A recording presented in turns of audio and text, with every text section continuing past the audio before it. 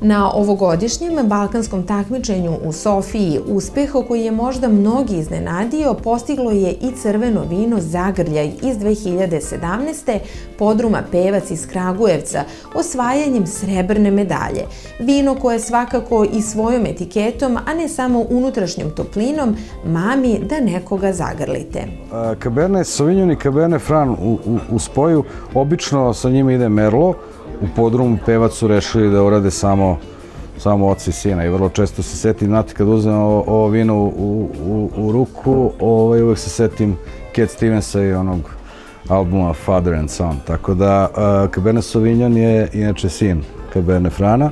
Čudno vino, jako vino, utemeljeno vino, kako bih vam rekao, uvek se očekuje, taj Cabernet Franc uvek ga malo u vinu da spušta priču, kao i Merlot vrlo često. Cabernet Sauvignon je taj siledžija, nosilac projekta, što bi rekli mladi danas.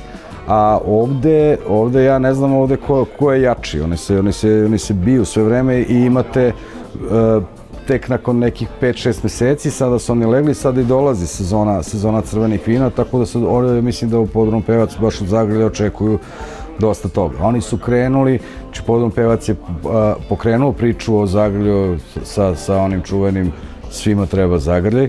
Šta zagrlite sa ovim vinom?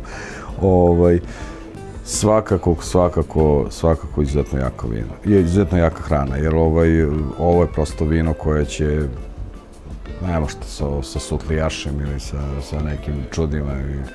Prosto ovo je vino koje je zahtevano ozbiljno pečenje, dugodinstanje sa jakom močom i ja bih svakako sa nekim stekom od tone bih probao, kockao bi se, jer mislim da bi to moglo da se poprilično lepo slaže. Nešto drugačije, ne samo sa pečenjem i ovim našim specijalitetima. Čitav spektar ovih slavskih kolača, mislim da ide malo one suvlje, oporije i tako dalje, eto, čisto mislim da bi to imalo svoju priču.